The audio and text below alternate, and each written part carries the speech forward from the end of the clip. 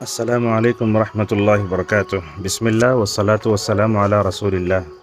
اللہ تعالیٰ کے دو خلیل ہیں، جیسا کہ یہ علامہ ابن القیم رحمہ اللہ نے محبت کے 10 مراتب بیان کرتے ہوئے کہا، الخلۃ انفرد بها الخلیلان علیہم الصلاۃ والسلام۔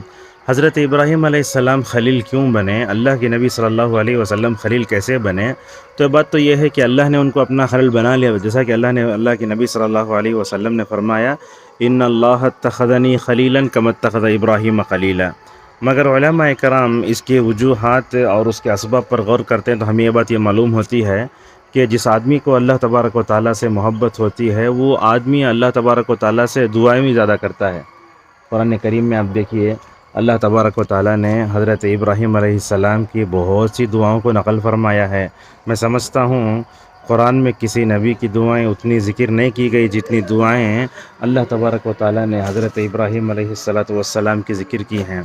تو لہذا شروع سے لے کر تقریباً 1ویں پارے سے لے کر آخر تک دیکھتے جائیے، قرآن کریم میں ابراہیم کی دعائیں بڑی نقل کی گئی ہیں۔ اگر نبیوں کی دعائیں کیا ہوتی ہیں، کیسی ہوتی ہیں، ان کا کیا معنی ہوتا ہے، اگر یہ جاننا چاہتے ہیں تو فقہ الادعیہ والاذکار کتاب عبدالرزاق البدر حفظہ اللہ کی، اس کتاب کا مطالعہ بھی بڑا اچھا ہو سکتا ہے۔ وہ تقریباً 3 یا 4 جلدوں میں ہے، کوئے سے چھپی ہے وہ۔ تو حضرت ابراہیم نے جو دعائیں کی ہیں ان دعاؤں میں کئی باتیں ہمیں معلوم ہوتی ہیں۔ ایک بات تو معلوم ہوتی ہے کہ نبی جب دعاؤں سے بے نیاز نہیں ہو سکتا تو ہم بھی نہیں ہو سکتے۔ دوسری بات یہ ہے کہ مسائل کا حل اللہ تبارک و تعالیٰ نے دعاؤں میں رکھا ہے، لہذا ہمیں کثرت سے دعائیں میں کرنا چاہیے۔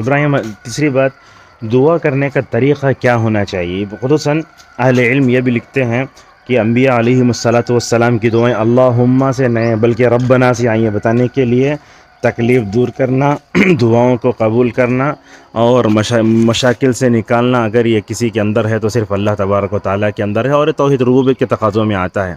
لہٰذا اسی طریقے سے ابراہیم کی دعاؤں سے ایک بات یہی معلوم ہوتی ہے کہ دعا کرنے کا طریقہ کیا ہونا چاہیے، اور اس سے ایک بات یہی معلوم ہوتی ہے کہ دعائیں صرف اپنے لیے نہیں بلکہ دوسروں کے لیے بھی کرنا چاہیے۔ ابراہیم کو دیکھو، مکے کے باشندوں کے لیے کیا دعائیں نہیں کی، اپنے گھر والوں کے لیے، اپنے بچوں کے لیے۔ اللہ اکبر، اس نبی کا ظرف تو اتنا بڑا ہے کہ اس نے نبی کریم صلی اللہ علیہ وسلم کی بعثت کے لیے دعا فرمائی، ربنا وابعث فیہم رسولا منہم کہہ کر۔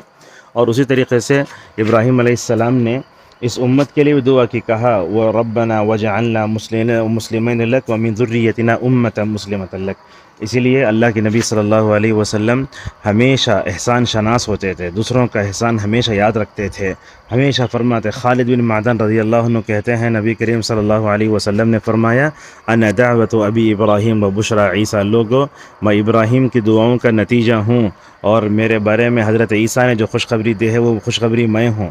لہذا ہم بھی دعائیں کریں اور جو ہے ابراہیم علیہ السلام کی دعاؤں کو یاد کریں جو انہوں نے کی ہیں۔ ماشاءاللہ، جو نبی ہوتا ہے وہ اپنے قوم کے لیے باپ کی حیثیت رکھتا ہے، لہذا ہمیں بھی دعاؤں کی طرف توجہ دینا چاہیے۔ دعائیں کیا ہوتی ہیں، کیسی ہوتی ہیں، کیسے کرنا چاہیے، طریقہ کار کیا ہوتا ہے، اللہ تعالیٰ کی رحمت کو اپنی طرف متوجہ کرنے کا راستہ کیا ہے۔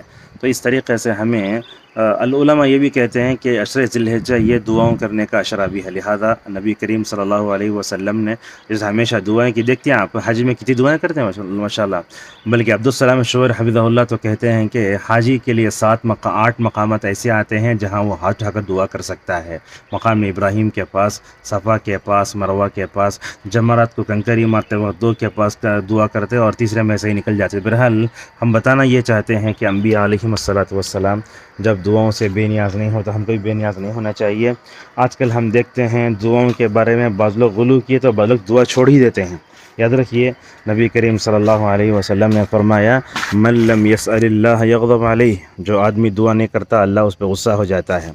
علامہ ابن کثیر رحمہ اللہ اپنی تفسیر میں سورہ فاتحہ کی تفسیر کرتے ہیں، بڑا عجیب ہے، آدم کے بیٹے سے پوچھے تو غصہ ہوتا ہے، اللہ تعالیٰ نہ پوچھنے پر جو ہے غصہ ہو جاتا ہے۔ اور اسی طریقے سے یہ دعا انسان کے لیے عزت کا ذریعہ بنتی ہے۔ فرمایا لیس شیء اکرم علی اللہ من الدعاء۔ تو دعا ایک روحانی سہارا، اس طرف توجہ دینے کی ضرورت ہے۔ مشاکل سے نکلنے کی ضرورت ہے۔ ابراہیم علیہ الصلوۃ والسلام دعا کر کے ماشاءاللہ بڑے کامیاب ہوئے، بلکہ سیرت نگاروں نے اتنا لکھا ہے ابراہیم علیہ السلام نے جو دعائیں کیں وہ دعائیں تقریباً کئی ہزار سال کے بعد ماشاءاللہ قبول ہوئی، لہذا دعا میں بخیلی مت کیجیے۔ بلکہ ابن القیم رحمہ اللہ تو کہتے ہیں کہ دنیا کا سب سے عاجز انسان وہ ہے جو دعا سے عاجز ہو جاتا ہے۔ اللہ تعالی ہم سب کو قرآن میں جو ابراہیمی دعائیں آئی ہوئی ہیں ان کا مطالعہ کر کے انہی کے نقش قدم پر چل کر اللہ کا تقرب حاصل کرنے کی توفیق عطا فرمائے، آمین۔